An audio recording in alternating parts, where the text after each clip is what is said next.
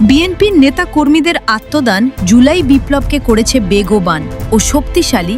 2024 সালের জুলাই আগস্টে সংঘটিত ছাত্র জনতার ঐতিহাসিক অভ্যুত্থানে আওয়ামী লীগ সরকারের পতন ও গণতন্ত্র পুনরুদ্ধারের লড়াইয়ে রাজপথে সম্মুখ সারিতে থেকে আত্মদান করেছেন বিএনপির শত শত নেতাকর্মী। বিএনপির কেন্দ্রীয় কার্যালয় থেকে প্রাপ্ত সর্বশেষ তথ্যানুযায়ী এই আন্দোলনে সারা দেশে দলটির মোট 422 জন নেতাকর্মী শহীদ হয়েছেন। আন্দোলন চলাকালীন ঢাকা, চট্টগ্রাম, বরিশাল, রংপুর সহ দেশের বিভিন্ন স্থানে পুলিশ ও তৎকালীন ক্ষমতাসীন দলের ক্যাডারদের সাথে সংঘর্ষে বিএনপির তৃণমূল পর্যায়ের নেতাকর্মীরা সাধারণ শিক্ষার্থীদের সাথে কাঁধে কাঁধ মিলিয়ে লড়াই করেছেন।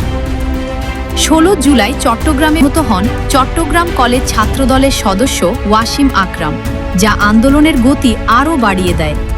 এছাড়া মাগুরা জেলা ছাত্রদলের সিনিয়র যুগ্ম সাধারণ সম্পাদক মেহেদী হাসান রাব্বি সহ অসংখ্য তরুণ প্রাণ হারিয়েছেন রাজপথে।